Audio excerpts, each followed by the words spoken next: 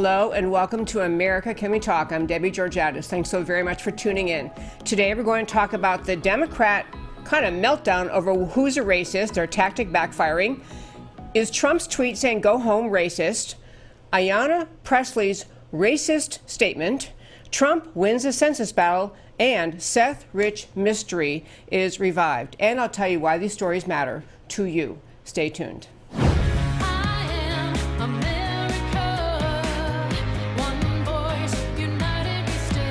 Debbie Georgatos, host of America Can We Talk, is an author, attorney, and political analyst whose mission is to inspire the American political conversation about preserving liberty in the best country on earth. Hi, and welcome again to America Can We Talk? I'm Debbie Georgatos, and welcome to today's First Five.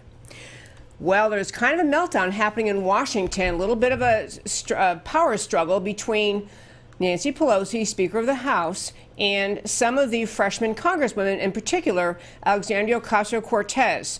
And the reason I think it's actually healthy to talk about is that for among the first times ever, the Democrats are turning their endless accusation of racism on each other.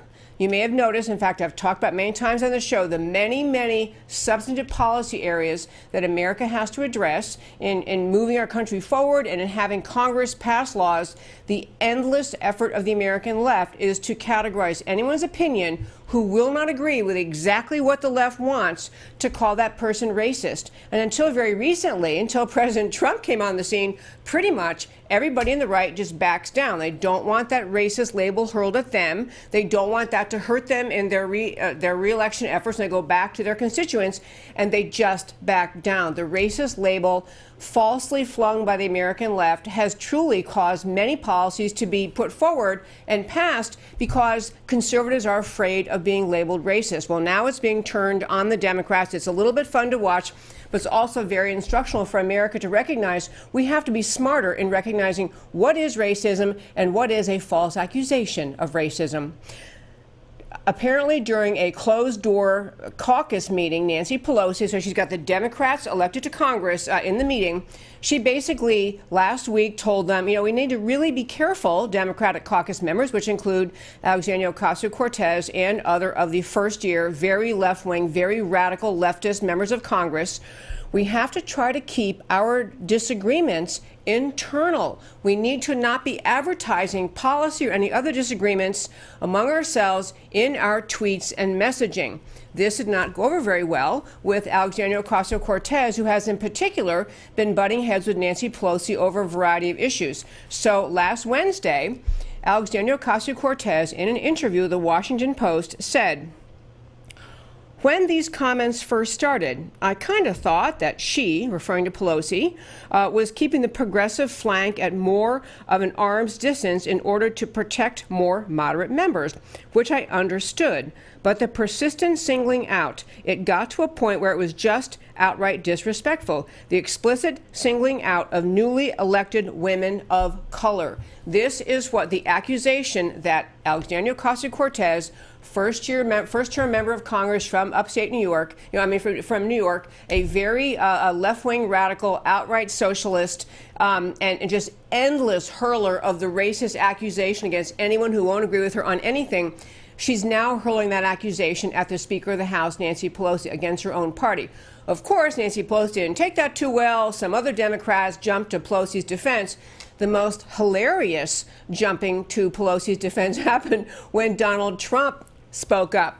The president, the Republican who disagrees with Nancy Pelosi in pretty much everything. But even President Trump said, "I'll tell you something about Nancy Pelosi that you know better than I do." He's speaking to the press. She's not a racist, okay? She's not a racist. For them to call her a racist is a disgrace. So Trump sided with Pelosi against AOC, probably further making life difficult for Nancy Pelosi. But the other interesting thing about this was that Alexandria Ocasio-Cortez tried to do a comeback about this, and she tried to essentially say, even though I said she's picking on women of color, I didn't mean to say she's a racist. And she actually, Pelosi used some expression like, these stupidly, and I want to see, I asked a friend if they could it's just pointing out the pattern. It's worth asking why. But she ultimately said it's absolutely not. Cortez is saying she's not calling Pelosi a racist. She had some tweet where she said stupidly ignorant or something like that, for anyone to conclude that because she said Pelosi is picking on women of color that she was calling Pelosi a racist. I don't know. I think most people probably took it that way.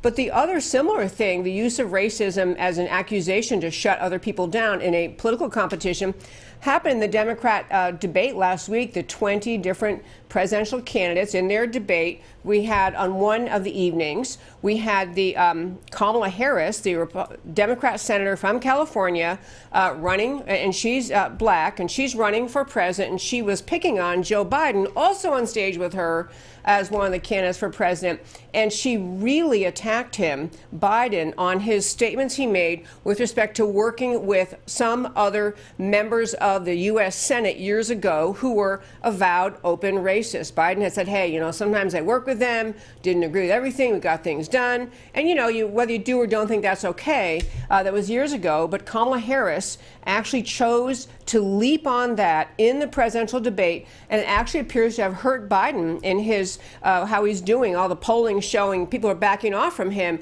In part, he was stung or hurt by Kamala Harris's implied argument that he was racist somehow. Just stop and think of the absurdity. This is a senior white Democrat, been in Congress for decades and the Senate, who agreed to and did serve as the vice president of the United States under the first black president ever elected. Biden did that, but Kamala Harris is going to call him a racist.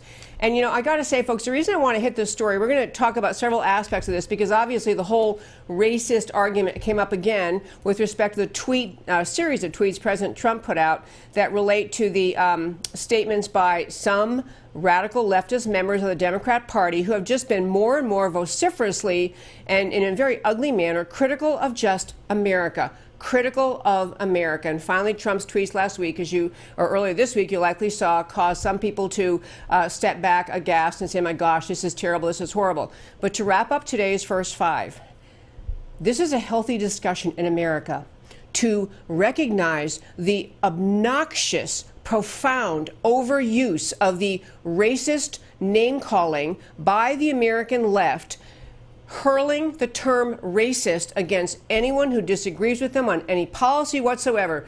I've done other shows, run through the number of policies where the left says our position is on whatever it is, border security, taxation policy, environmental policy, government assistance programs, on and on and on. The left manages to find some argument that if conservatives won't agree with them, that it's because of racism. This is a great discussion for America to have, to get real and honest and more accurate about the use of that term. Because the truth is, there is some racism in America. Not nearly the profound level of racism the leftists try to portray, but real racism does happen. Real racist actions do occur. When they occur, we need to examine them, understand the problem, and try to fix it.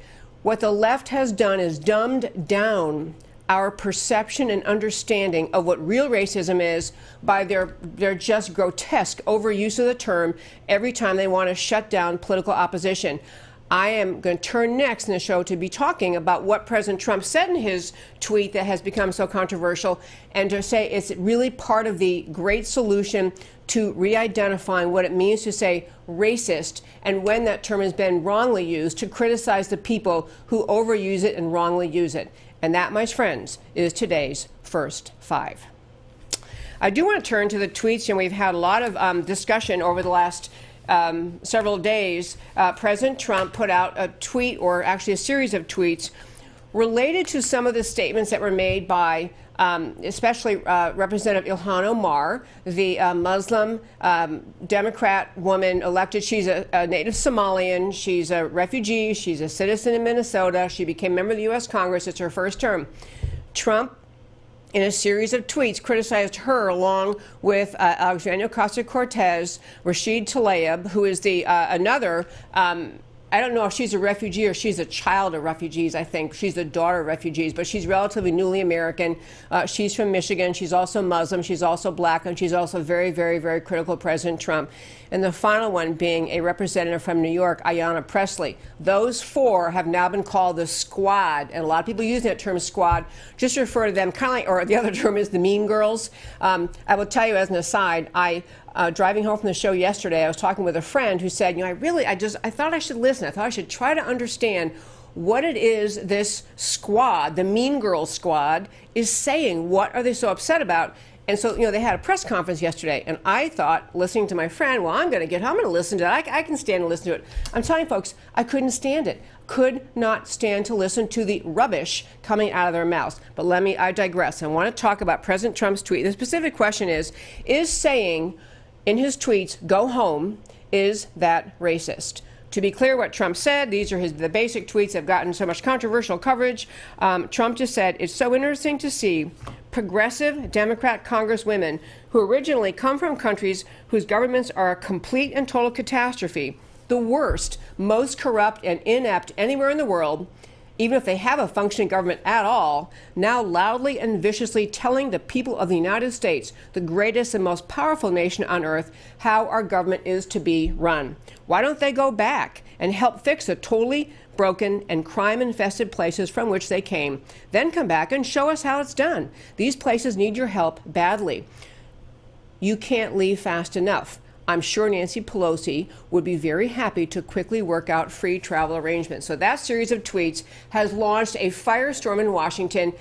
People on the left and their willing allies in the mainstream media, or as I call them, the Democrat media mob, have piled on these three tweets and other similar tweets by President Trump relating to his criticism of the Mean Girls, the squad, and their endless, relentless criticism of America. And they've attacked those tweets as racist. And so the argument, in fact, much of the news stories start out that the caption will say, racist tweets by President, racist tweets. I really want to ask us to just take one moment to actually think about, why is it you say that's racist? What is racist in saying go home? I said about, for example, Bernie Sanders, who's, a Native American. I mean, he's born in America, been here many generations here.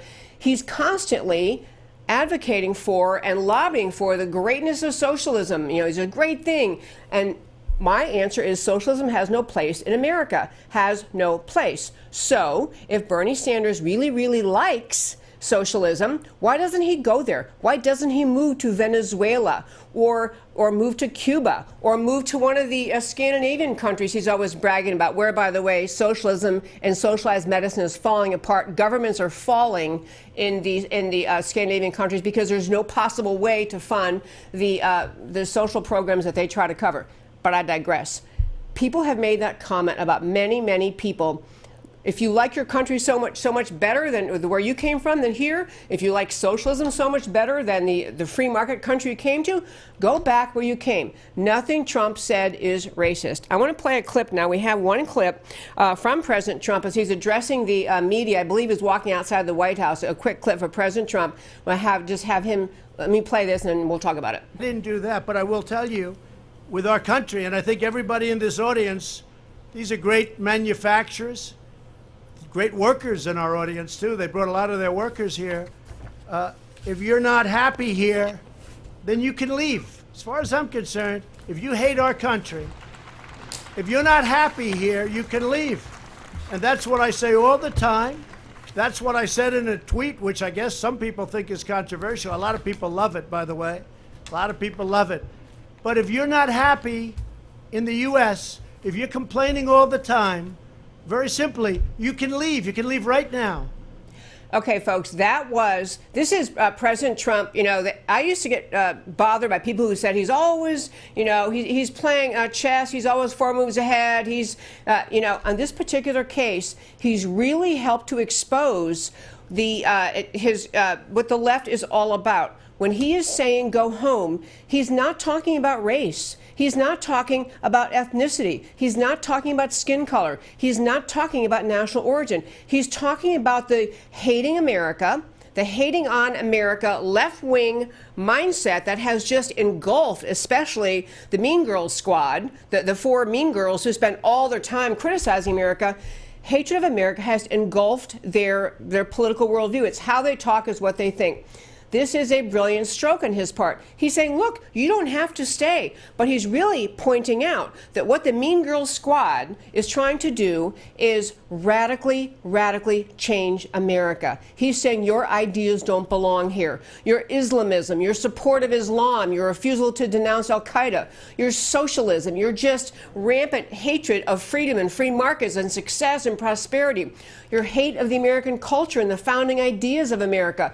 If you really hate those things, you can leave. But his tweet and his comments afterward, he is saying essentially, he's defending America. You, American people, you better understand what the left is really all about. So he's put the left in a tough position because they actually don't want to defend the radical hatred of America spewing out of the mouths of the Mean Girls squad.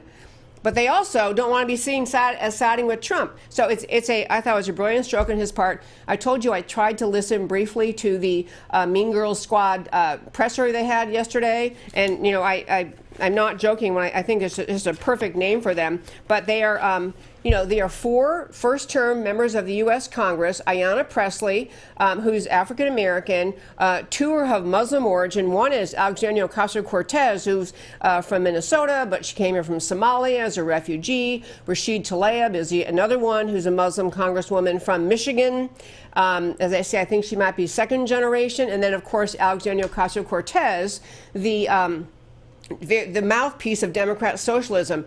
He's really helping America focus on what they're advocating and saying it's un-American.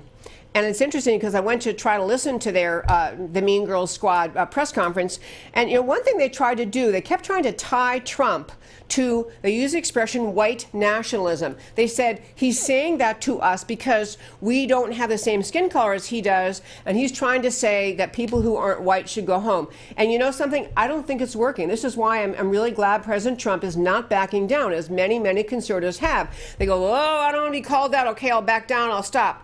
He didn't say anything about their skin color. He's talking about their ideas. And again, the left-wing default, if anyone calls out anything you do, then you call him a racist. When they call Trump a white nationalist, they're calling him a racist. And what Trump is defending, the idea of freedom, free markets, the goodness of America, the unwillingness to not allow, to let the willingness to fight against Islamization of America, all the things that Trump stands for are there things America wants. And so I think that it's really going to end up happening is that this effort of the left to stir up the media to try to claim this is Trump and white nationalism, it's going to backfire. I know that the left has to, and this is the other dilemma, which is so delicious that Trump has created. What does Nancy Pelosi say?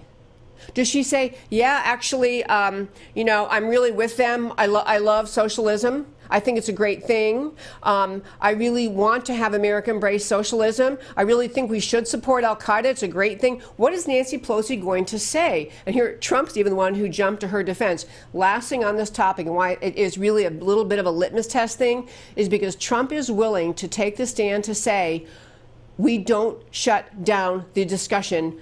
We who love America, who defend America, and want America to be the home for all people of every race, ethnicity, and national origin and skin color, who will agree with the ideas of America, which include freedom and free markets, which include secure borders, which include workable immigration laws. These things that Trump is standing for, the majority of America is with him. He knows it, and I do think that his willingness to stand up is really going to help in more and more Americans seeing that we've been pushed around too long by the left in embracing this idea that somehow, once the left says socialist, once the left says racist, we all have to shut up. We'll go, well, I'm going to stop talking now because the left said the R word, so I'm going to be quiet. Trump is saying, no, you don't have to. You don't have to. When you're falsely accused of being racist, you still speak up. I will say a few brave people on the right have stood up for what Trump is saying and the content of his tweets. Actually, surprisingly, Senator Rand Paul has said, nothing racist about that. Senator Lindsey Graham has stood up. And the one who gave the most lengthy statement was a senator named Steve Daines from Montana, Republican senator, who just said he's sick and tired of hearing Democrats attack America and its founding principles. Sick and tired of hearing anti-Americanism, people being anti-Semitic, radical Democrats who trash our country and our ideals. This is America. We're the greatest country in the world. This guy, Steve Daines, standing with Trump. I wish there were more Republicans doing it, because I don't think this effort by the American left to characterize Trump's tweets as saying, if you hate America so much you can leave. By the way, he's not saying you have to leave. He's not kicking him out. He's saying, if you hate it, why are you here? Go ahead and go home. I'm telling you, folks, I think Trump is helping to shift the American political conversation and number two, just not surrendering once the left says racism, going, okay, I'll stop. Number two, he's helping more and more Americans realize how tired and extreme and unjustified the American left tactic is of calling everything a racist and every person a racist and every idea of it that suggests racism if someone dares to disagree with the left. He's helping to fix and really uplift the American political conversation. Love that. Next thing I want to turn to is, I mentioned one of the Mean Girl squad, you know, the four women who were particularly the brunt of President Trump's accusations. One of them is a newly elected Democrat member of Congress from New York named Ayanna Pressley. And she was part of the Mean Girl squad, you know, presser yesterday. They all spoke. It was just, no one addressed the substance of what Trump is saying. No one addressed why is it okay that Ayanna Pressley, has called out Ilhan Omar, as an anti-Semite, that her anti-Semitism is rooted in her Islamic teaching. None of those women got up there to say anything about anti-Semitism. They didn't say, that Ilhan Omar was out of line and the kind of things she says. They're so anti-Semitic, they're so anti-Jewish. No one, all they did was spend their time talking about their radical left-wing agenda, which is open borders, don't detain anyone at the border, free health care for everybody, free education for everybody. They push their agenda all under the guise of calling Trump a white nationalist. I want you to hear what Ayanna Pressley, this is now again the Democrat Congresswoman from New York, what she said at a Netroots convention very recently. I hope we have this happy clip. Ayanna Pressley at Netroots convention. Here she is. We don't want to be a brown voice. We don't need black faces that don't want to be a black voice. We don't need Muslims that don't want to be a Muslim voice. We don't need queers that don't want to be a queer voice. Come on, speak it. She's being cheered on for saying a truly, genuinely racist thing. What you just heard Ayanna Pressley, a member of the United States Congress, say is that if you have black skin, you are only welcome in her political world if you will salute to and surrender to precisely the views on the policies and issues she stands for. You're only welcome if you agree with her. She said the same thing about black people, brown people. She used the word queer, referring to the LGBT community. She's basically saying, don't even think of speaking up in this country if you're a person of color unless you completely 100% submit to the left-wing agenda that Ayanna Pressley holds. The left-wing agenda Ayanna Pressley pushes. This is the most racist thing in the world, more racist than anything that I have heard out of a politician in a long time. Understand what she's saying. She's saying, if based on your skin color, she, the ruling elite, Ayanna Pressley, will tell you what you're allowed to think. She'll tell you that you have no place in politics if you have a certain skin color unless you salute to exactly what she thinks. She's telling you, based on your skin color, what you're allowed to think. And that if you don't think what she thinks, you should just shut up. This is her opinion. This is obviously what her statement was cheered on by the radical left at the Netroots convention. But what she's saying is people of color are not allowed to think.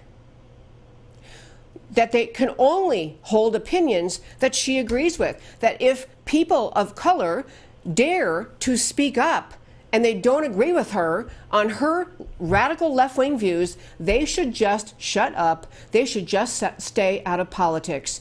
The most racist thing of all is to judge someone by the color of their skin. That's the whole point of the idea of racism. It is judging someone by the color of their skin and saying, because you have this color of skin, I don't need to hear a word out of you. I don't need to know anything about your education, anything about your background, anything about your career. Because you have this skin color, I already know these things about you. I associate these qualities about you, these limitations about you, these viewpoints about you. She's saying that she judges people by their color.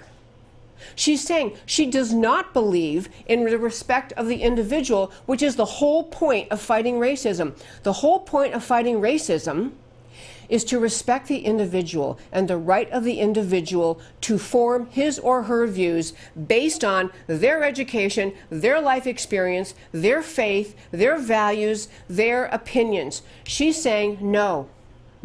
No thinking. If you're a person of color, no thinking for you. You're only welcome in politics. And she's, she tries to talk about, in fact, the expression of it was, we have no need for blacks, gays, and Muslims who will not play identity politics. We don't need black faces that don't want to be a black voice. She's deciding what it means to be a black voice. She's saying, to be a black voice, you must agree with her on leftism, on every idiotic left-wing idea she has. Otherwise, she's saying to black America, shut up. This is racism, raw, pure, in your face. And this is, frankly, she's a good example of it. And frankly, one of the more, the times we actually get a little bit of a window inside left-wing thinking. She's not unique in this at all. She got exposed a bit because she chose to speak at a conference where people love her racist idea that people of color, people who are black, shouldn't run unless there'll be a black voice in her definition, which means which means radical left-wing policies. She got caught, but what she's saying is really the core, the root of much of the thinking on the American left. They, of all people, judge people by the color of their skin. And I'm going to turn to another topic entirely. I want to hit, we had, I think, 3 or 4 shows in which I was on the subject of whether or not President Trump should continue to push the idea of putting a citizenship question on the census. And I'm not going to go through all the detail of it again. Obviously, the leftists in this country did not want to have the census, which must be done under the Constitution, must be done next year, did not want to have a question related to citizenship because the left expressed fear that some people would not respond to the census if there was a question on the census that said, are you a citizen? Contrary to the lies of the left, some question about citizenship has been on the U.S. Census or some subset, because not every person gets precisely the same census. The question about not only citizenship, but where were you born was on the U.S. Census for 100 years. And even in the most recent years, in some subset of the people who received the census, they got the question, are you a citizen? So it is, the left has tried to lie and say this is the left's constant, go-to position, call it a racist, claim someone who wants to do something we don't like, call it racist. They were calling Trump a racist because he wanted to put the question on the census that has been there for 100+ years. And the question was on the census in very recent years. Only President Obama tried to take it off in 2010.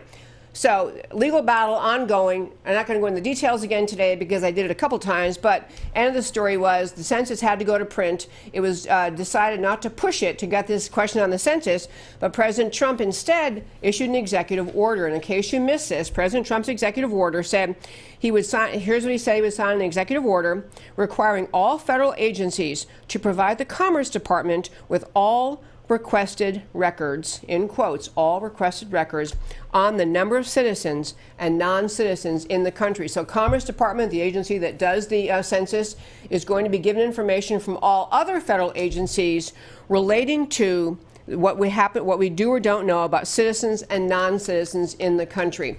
How much the census people, the Commerce Department people can put that together, I don't know.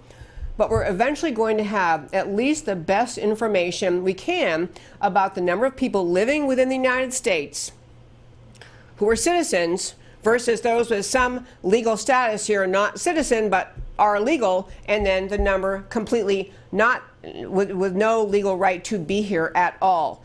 And, you know, once you tally up the number of real citizens, the number of people with legal right to be here, some kind of visa or green card situation, the remaining number that turns up that is measured in the census, or, you know, it's a fair conclusion, the vast majority of them are not legal citizens. So 2 points about this census thing.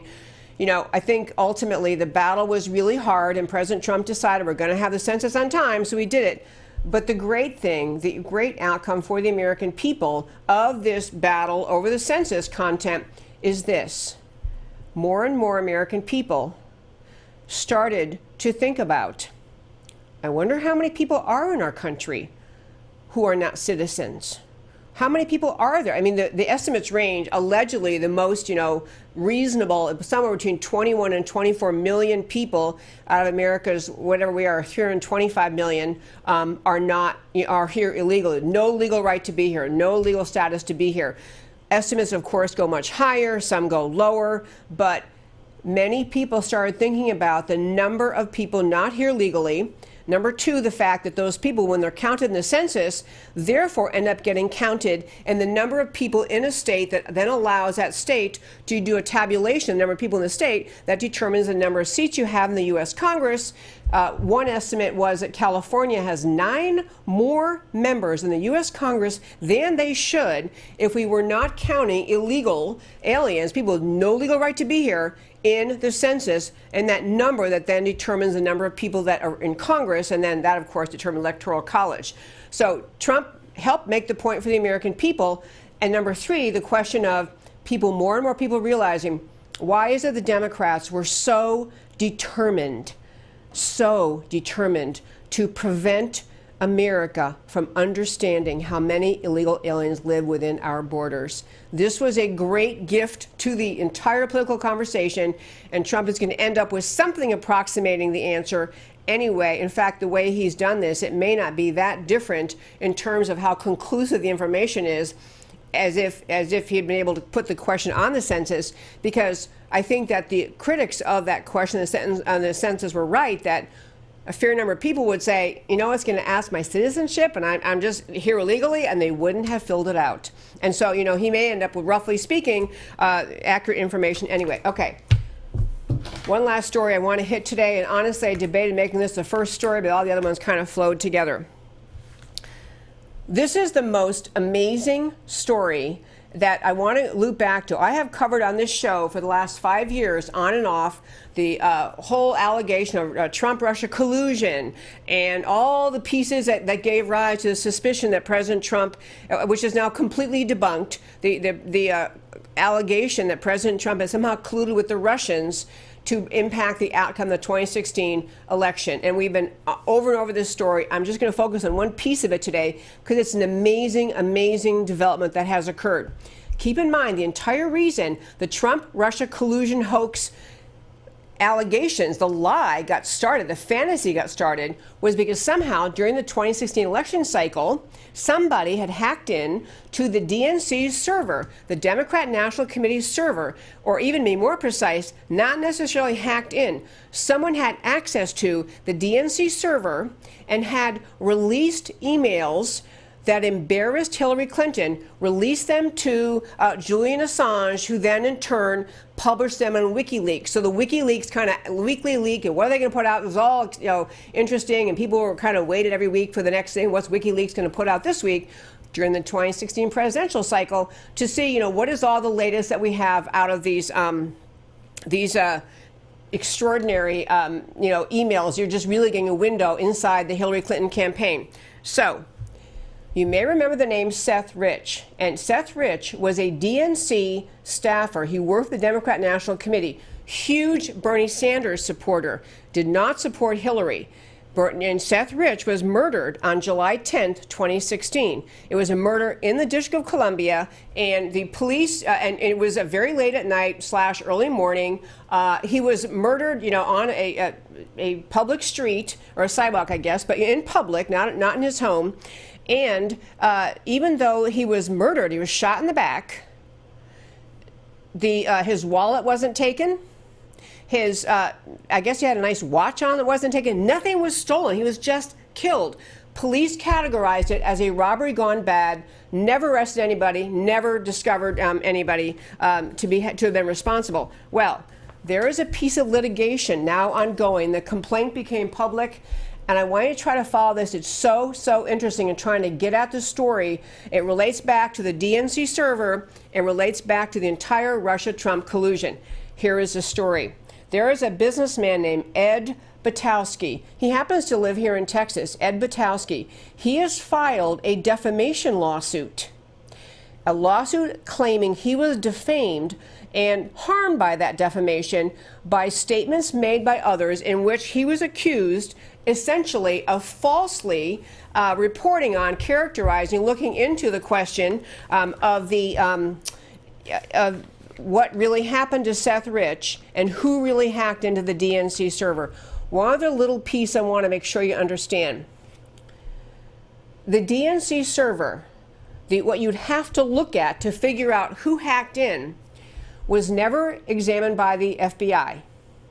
The only entity that actually had the ability and was given access to look at the DNC server and figure out who had accessed those emails, who had released them to Julian Assange, who then put them out on WikiLeaks, was an organization called CrowdStrike. CrowdStrike is not a government agency. It is a private entity chosen by the Democrats.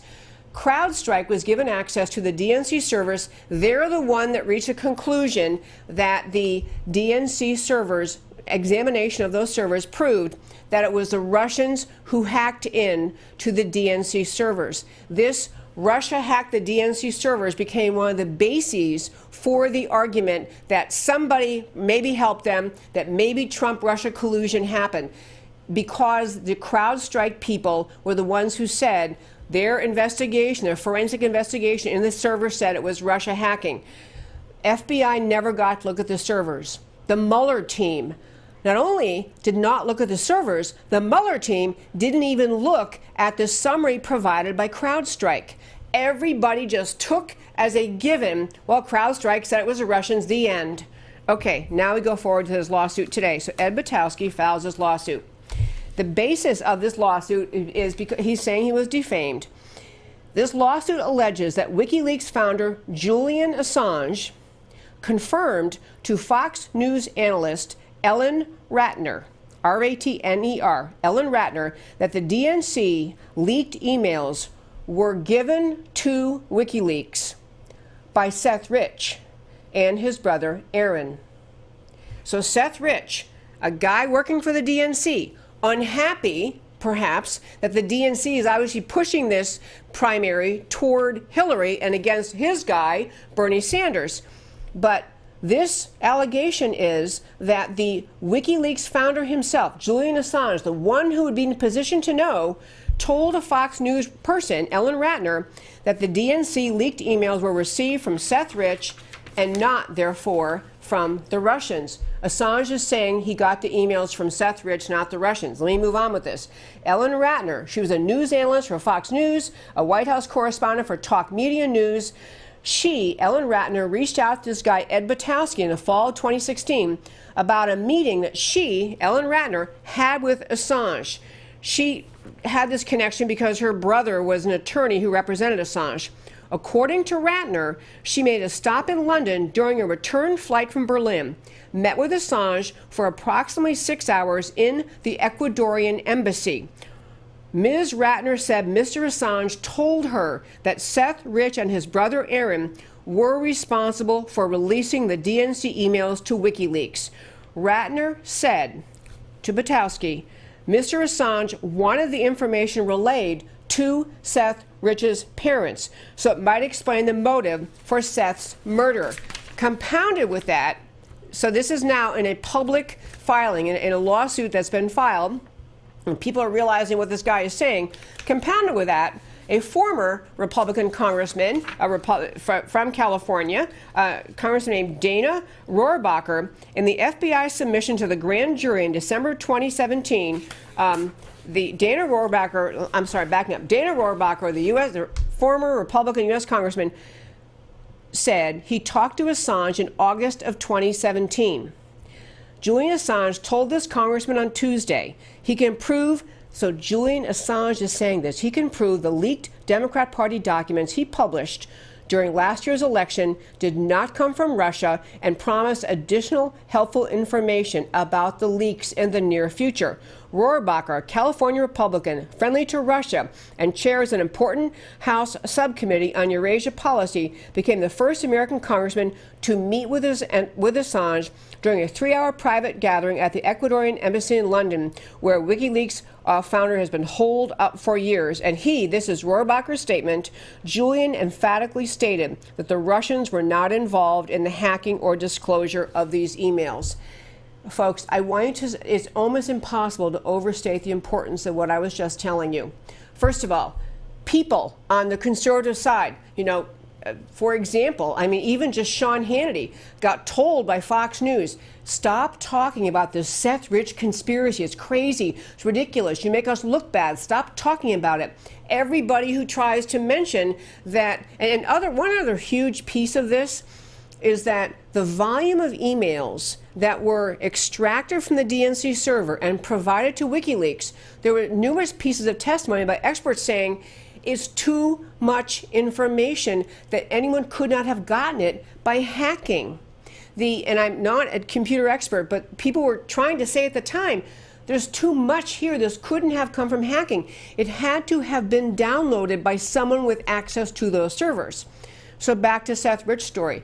Folks, I'm aware that some of you listening may be thinking, okay, everyone's heard this conspiracy theory, and it's a conspiracy theory, and there's nothing to it. Well, I'm going to tell you, folks, I hear a lot of crazy conspiracy theories. People email them to me, actually. I don't listen to them. And I'm well aware of the importance of facts mattering and truth mattering. I'm also very aware of how preciously guarded this secret would be if it turned out that Seth Rich is the one who got the information off the DNC server and gave it to WikiLeaks, gave it to Julian Assange, because the inside job by the DNC, by Seth Rich, would destroy the entire Trump-Russia collusion hoax. The whole reason we got into this discussion was because the Russians hacked, and therefore who helped them must have been Trump.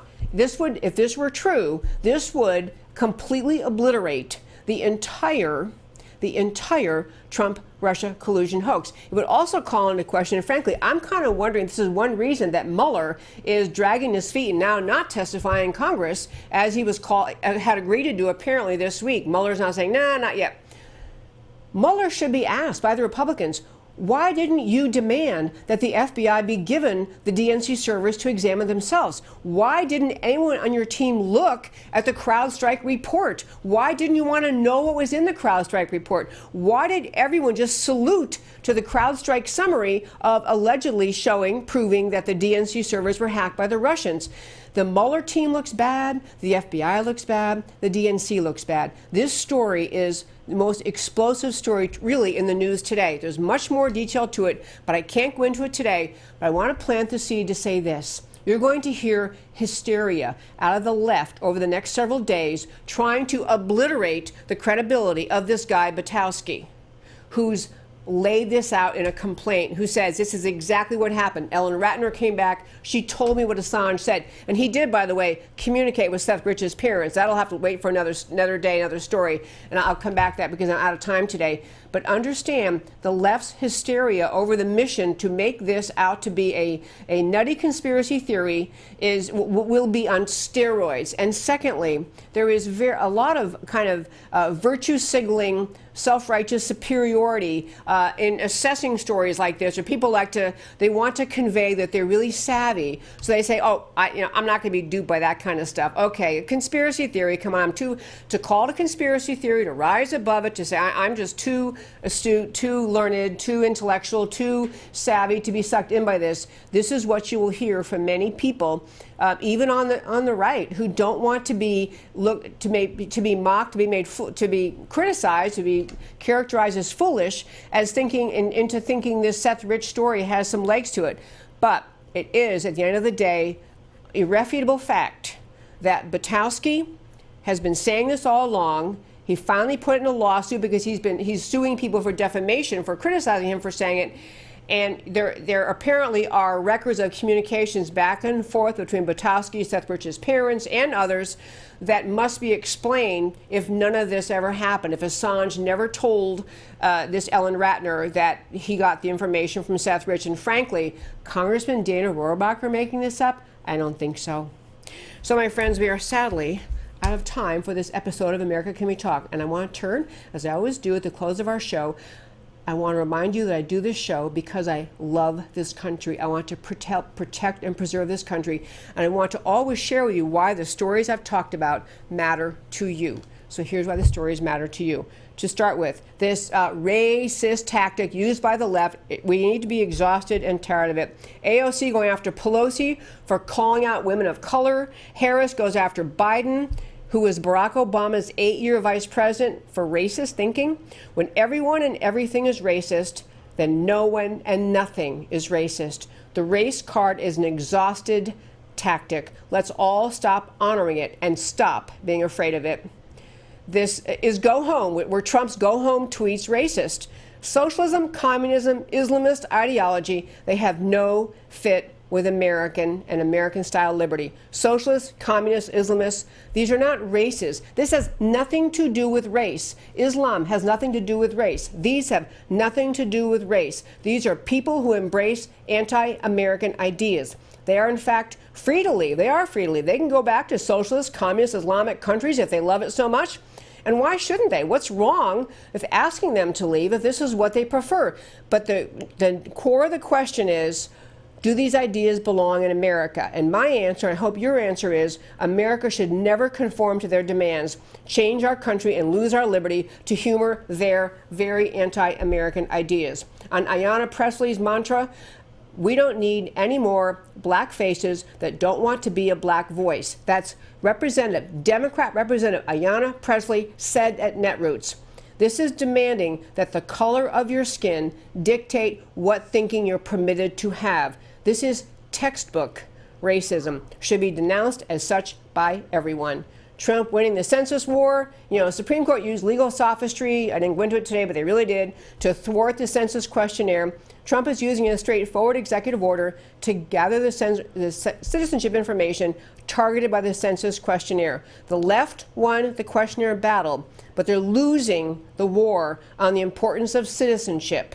This is good for America. And on the Seth Rich mystery revived.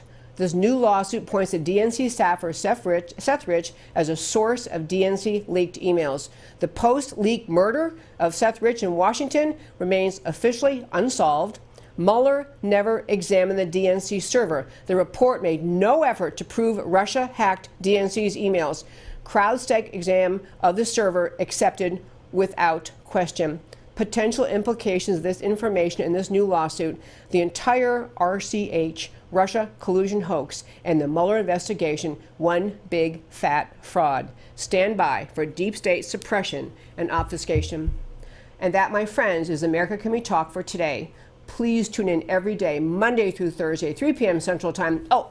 If you're listening on YouTube, thank you. I have a lot of new YouTube subscriptions. If you email me, if you watch us on YouTube, email me at americacanwetalk@gmail.com. I can put you on my email list for once a week only. Email summarizes the highlights of the show. It's a great way to stay in touch, and I urge you to do that because I love to have regular conversations back and forth with these many new subscribers on YouTube. And again, thanks for listening. Talk to you tomorrow. And I speak up every day for the idea that America matters, and I hope you think so too. Talk to you tomorrow.